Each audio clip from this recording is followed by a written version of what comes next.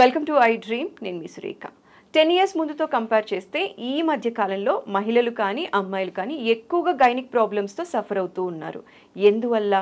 ఈ రీజన్స్ గురించి ఇవాళ క్లియర్గా మాట్లాడదాం. మనతో పాటు ఉన్నారు ప్రముఖ గైనకాలజిస్ట్ శ్రవంతి గాదిరాజు గారు. వారితో మాట్లాడదాం. నమస్కారం మేడం. నమస్తే మేడం, ఎక్కువగా అమ్మాయిల నుంచి మహిళల వరకు గైనిక్ ప్రాబ్లమ్స్ చాలా వరకు ఉంటున్నాయండి. ఇంట్లో ఎవరో ఒకళ్ళు ఏదో ఒక ప్రాబ్లంతో ఫేస్ చేస్తూ ఉన్నారు. ఇదివరకు ఓన్లీ డెలివరీ కోసం మాత్రమే గైనకాలజిస్ట్ దగ్గరికి వెళ్ళేవాళ్ళండి. ఇప్పుడు ఎక్కువగా ఫ్రీక్వెంట్గా పేషెంట్స్ అనేది సంఖ్య రోజు రోజుకి పెరుగుతుంది. రీజన్స్ ఏంటి అంటే ఏం చెప్తారండి సీనియర్ గైనకాలజిస్ట్గా? మీరు అన్నట్లు ఒక అమ్మాయి డాక్టర్ దగ్గరికి వెళ్ళేది ఓన్లీ అది కూడా ప్రెగ్నెన్సీ డెలివరీ టైము ఎగ్జాక్ట్గా. కానీ ఇప్పుడు చూస్తే మా క్లినిక్స్కి చిన్న చిన్న పిల్లలు ఇంకా పీరియడ్స్ కూడా రావు, అంటే ఇంకా మెచ్యూర్ అయ్యున్నారు, వాళ్ళు కూడా వచ్చేస్తున్నారు. ఎందుకు?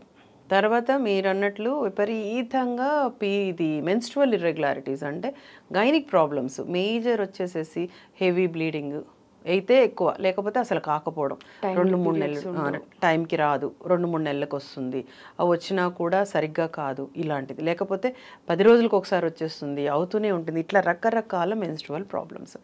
అది కాకుండా మీరు ఫైబ్రాయిడ్స్ అని వింటున్నారు, గడ్డలు, గర్భసంచి గడ్డలని, ఇంకా ఇట్లాంటివి అయితే వైట్ డిశ్చార్జ్ అని, అసలు నెంబర్ ఆఫ్ అనమాట, అంటే రకరకాల కంప్లైంట్స్తో వస్తున్నారు. మేజర్ ఏముంది, మళ్ళీ ఇదే ఒకటే, అన్నిటికీ తిరిగి ఒకటే కారణం, మనము మన బాడీని మన చేతులారా పాడు చేసుకుంటున్నాం. మనుషులు ఎన్వైరాన్మెంట్ని పాడు చేస్తున్నాం. దాంతోపాటు మనకి ఎన్విరాన్మెంట్లో మనము ఒక ఎన్విరాన్మెంట్లో ఉంటున్నాం, నేచర్లో ఉంటున్నాం. ఆ నేచర్ మనల్ని ప్రొటెక్ట్ చేస్తుంది. మనం ఏం చేస్తున్నాము? చెట్లు కొట్టేస్తున్నాము, ఆక్సిజన్ లెవెల్ని తప్పించేస్తున్నాము, పొల్యూషన్ని పెంచేస్తున్నాము. ఇంకా ఎట్లా బాడీకి ప్రొటెక్షనే లేదు. ఇవన్నీ కూడా ప్రొటెక్టివ్ మెకానిజమ్స్, కానీ అవన్నిటిని మనం పాడు చేసేసుకున్నాం. అన్ని రకాల రోగాలు పెరిగినాయి, మగవాళ్ళకి పెరిగినాయి, ఆడవాళ్ళకి పెరిగినాయి, మనుషులకే రోగాలు పెరిగినాయి. దీంట్లో చాలా ఏం పెరిగినాయి? గైనిక్ ప్రాబ్లమ్స్ పెరిగినాయి. మనకి ఇన్ఫర్టిలిటీ ఎలా పెరిగిందో అలా ఈ పీరియడ్ ప్రాబ్లమ్స్ కూడా విపరీతంగా పెరిగిపోయినాయి. సో వీటిల్లో చాలా ఇంపార్టెంట్ పీసీఓడి, ఓవేరియన్ సిస్ట్లు, ఎండోమెట్రియోటిక్ సిస్ట్లు, ఇవన్నీ కూడా మా మెడికల్ టర్మ్స్లో చెప్తున్నాను. ఫైబ్రాయిడ్స్, తర్వాత క్యాన్సర్స్, గర్భసంచి క్యాన్సరు, సర్వైకల్ క్యాన్సర్ విని ఉంటారు మీరు. అది ఎంత అంటే ఆల్రెడీ అది వరల్డ్ వైడ్లోనే అది ఫస్ట్లో ఉంది. అసలు మనుషులను, ఆడవాళ్ళని చంపేస్తుంది. మన ఇండియాలో కూడా చాలా ఎక్కువ రేట్స్, క్యాన్సర్స్ కూడా పెరిగిపోతున్నాయి. ఇవన్నీ కూడా డైరెక్ట్ రిలేటెడ్. ఇదంతా కూడా మన జీవన విధానం బాలేదు. సింపుల్ మెయిన్ రీజన్ అంతే. మనము పుట్టినప్పటి నుంచి ఒక బేబీని ఎలా పెంచుతున్నాము? మొబైల్స్తో పెంచుతున్నాం. మొబైల్స్ ఈజీ, అన్నం పెట్టాలి అంటే ఒక మొబైల్ ఇచ్చేస్తున్నాం. ఆ మొబైల్ వల్ల ఆ బేబీకి ఎంత రేడియేషన్, దానివల్ల ఆ రేడియేషన్ వల్ల ఎన్ని కోట్ల సెల్స్ చనిపోతున్నాయి, హెల్తీ సెల్స్ చనిపోతున్నాయి. అదొక అడిక్షన్ లాగా అయిపోతుంది. స్ట్రెస్ వస్తుంది, అంటే దాంట్లో ఎమోషన్స్, వీళ్ళు అప్పుడే ఎమోషనల్ ఇదైపోతున్నారు. స్ట్రెస్ రిలేటెడ్ చేస్తున్నాం. ఎలాగూ డైట్ పోయింది, ఏం హెల్తీ డైట్ పెడుతున్నాం? అన్నీ షార్ట్ కట్స్ అయిపోయినాయి. ఆ పొడులు, అవి సీరియల్స్. పాతకాలంలో ఎలా ఇంట్లో ఉండే దంపుడు బియ్యం, పప్పులు, అవి కదా నాకు గుర్తుండి, అవి చేసి దాంట్లో చక్కగా నెయ్యేసి ముద్దలు పెట్టి అట్లా పెట్టేవాళ్ళు. ఇప్పుడు ఏం లేదు, రెడీమేడ్గా ఒక పొడి తీసుకొస్తారు, చక్కచక్క కలిపేస్తారు, ఒక మొబైల్ ఇస్తారు, ఒక తినిపేసేసి వెళ్ళిపో. నాది నేను చాలా బిజీ.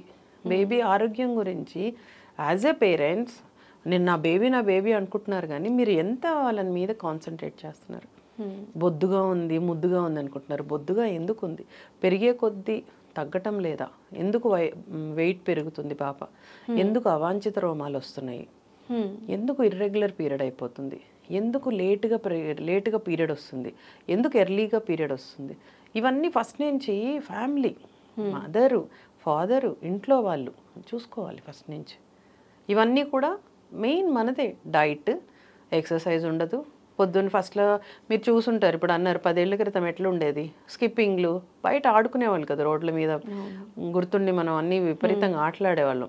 స్విమ్మింగ్, ఈతకి వెళ్ళేవాళ్ళం, సైక్లింగ్ చేసేవాళ్ళం, సైకిల్లో వెళ్ళేవాళ్ళం. నేను స్కూల్కి సైకిల్లో వెళ్ళేదాన్ని, కాలేజీకి కూడా. కార్లు ఉన్నా కూడా అది healthy habit. And shuttle, badmintons, physical activities zero. ఇప్పుడు ఎవ్వరికీ అంత టైం లేదు. చదివించడాలు, కూర్చోబెట్టి పిల్లని చదివించి రుద్ది పోటీ ప్రపంచం, మా అమ్మాయి ఫస్ట్ ర్యాంక్ కావాలి, మా అబ్బాయి ఫస్ట్ ర్యాంక్ కావాలి, ఇట్లాగా వాళ్ళని స్ట్రెస్ చేసేసి హెల్త్ మనమే పాడు చేసేస్తాం. హెల్తీగా ఉండాలి నా పిల్లలు అనుకునే కంటే అది ఉన్నా కూడా తెలియకుండానే ఎక్కువగా చదువుల కోసం అని చెప్పి కూర్చోబెట్టి హెల్త్ స్పాయిల్ చేస్తున్నారు. ఎవరు కావాలని పాడు చేయరు, తెలుసో తెలియకో తెలియకుండా కూడా మనం చేయకూడదు అంటున్నా. మన పిల్లలు మనం తెలియకుండా చేసేస్తున్నాం, దాన్ని తెలుసుకోండి. ఓకే, తల్లిదండ్రులు మీరు అర్థం చేసుకోండి. మా గారాలు పట్టి ఒక బేబీనే ఏం కావాలంటే అది కొనిస్తున్నాం, బాగుంది, 2 ఐస్ క్రీమ్స్ అన్ని తినేస్తుంది, తర్వాత ఏమవుతుంది, తర్వాత అయ్యో మా పాప ఇలా అయింది అలా అయింది అంటే కాదు, మీరు ఆల్రెడీ డ్యామేజ్ చేయాల్సింది చేసేస్తున్నారు. సో తల్లిదండ్రుల లెవెల్ నుంచే మనం డెవలప్ చేసుకోవాలి. ఒక ఏజ్ వచ్చాక మనకి అర్థం కావాలి, నేను ఏ టైప్ ఆఫ్ డైట్ తింటున్నాను, ఎక్కడికి వెళ్తున్నాను, ఫుడ్ ఎలా వెళ్తుంది, నేను ఎక్సర్సైజ్ చేస్తున్నానా లేదా, నాకు ఎందుకు ఇంత స్ట్రెస్, మెయిన్ వచ్చి స్ట్రెస్. ఇప్పుడు ఎవరు పట్టినా స్ట్రెస్, నాకు టెన్షను, ప్రతిదానికి ఏడుపు వచ్చేస్తుంది, ప్రతిదానికి కోపం వచ్చేస్తుంది. ఎందుకు అట్లా? Hormonal imbalance. హార్మోనల్ ఇంబ్యాలెన్స్కి కూడా మెయిన్ రీజన్ ఇదేనా మేడం? Over stress. ఎస్, ఎందుకంటే ఆడవాళ్ళల్లో సెన్సిటివ్ది అండాశయం, సెన్సిటివ్ ఆర్గాన్. మగవాళ్ళలో సెన్సిటివ్ ఆర్గాన్ స్పర్మ్. సెన్సిటివ్, అవి చాలా సెన్సిటివ్. మనం ఏం చేస్తున్నాము, మన స్ట్రెస్ తోటి ఫస్ట్ వాటిల్నే ఇబ్బంది పెట్టేస్తున్నాం. సో హార్మోనల్ ఇంబ్యాలెన్స్లోకి వెళ్ళిపోతున్నారు. మగవాళ్ళల్లో కూడా చూస్తే హెయిర్ ఫాల్ ఉండడము, తొందరగా బాల్డ్ హెడ్ వచ్చేస్తుంది, తర్వాత మెయింటెనెన్స్ ఉండట్లేదు వాళ్ళకు కూడా. ఆడవాళ్ళల్లో సేమ్, అనవసరమైన హెయిర్ అంతా రావడము, ఫేస్ అంతా పాడైపోవడము, తొందరగా అది మొద్దువారిపోతుంది. అంటే ఆ సెన్సిటివ్నెస్ లేదు ఆడవాళ్ళలో. ఇదంతా కూడా హార్మోనల్ ఇంబ్యాలెన్స్. చిన్నదానికి ఏడుస్తారు. ఇప్పుడు మరీ సూసైడ్స్, కొంచెం దానికి ఎమోషనల్గా వెళ్ళిపోయేసేసి సూసైడ్ చేసేసుకోవడం. ఇది కూడా హార్మోనల్ ఇంబ్యాలెన్స్ వల్ల ఆ లెవెల్ స్ట్రెస్కి వెళ్తున్నారు. Hormonal imbalance the greatest culprit. ఎమోషనల్గా బ్యాలెన్స్ పోతుంది హార్మోన్స్ వల్ల. వాళ్ళు ఏం చేస్తున్నారు వాళ్ళకే అర్థమా కానీ స్టేజ్లో ఉన్నారు. ఈ గైనిక్ రిలేటెడ్ ప్రాబ్లమ్స్ రిలేటెడ్ నేనైతే స్ట్రెస్కే ఎక్కువ ఇంపార్టెన్స్ ఇస్తాను. ఫస్ట్ కౌన్సిలింగ్ ఇస్తాను. అందుకని ఓకే, మీకు ఏ ప్రాబ్లం ఉందో మీరు తెలుసుకోండి. మందులు అనేవి చాలా చిన్న రోల్, మేజర్ మన చేతుల్లోనే ఉంది. నేను ఈ నెల ఇస్తాను మందులు, నెక్స్ట్ మంత్ ఇస్తాను, సెట్ అయిపోతాయి. తర్వాత ఎన్ని రోజులు అలా మందులు తీసుకుంటారు మీరు? రూట్ కాజ్ని మనం చేయాలి, రూట్ కాజ్ మీద మనం ఫోకస్ చేయాలి. సో నేను ఎక్కువ కాన్సన్ట్రేషన్ ఆన్ ద కౌన్సిలింగ్. అసలు ఎందుకు మీకు వస్తుంది, మీకు ఏంటి, మీకు ఏ టైప్ ఆఫ్ లైఫ్ స్టైల్, ఎందుకు బాధపడుతున్నారు, దాని నుంచి బయటికి రావడానికి మేము ఏం చేయగలం.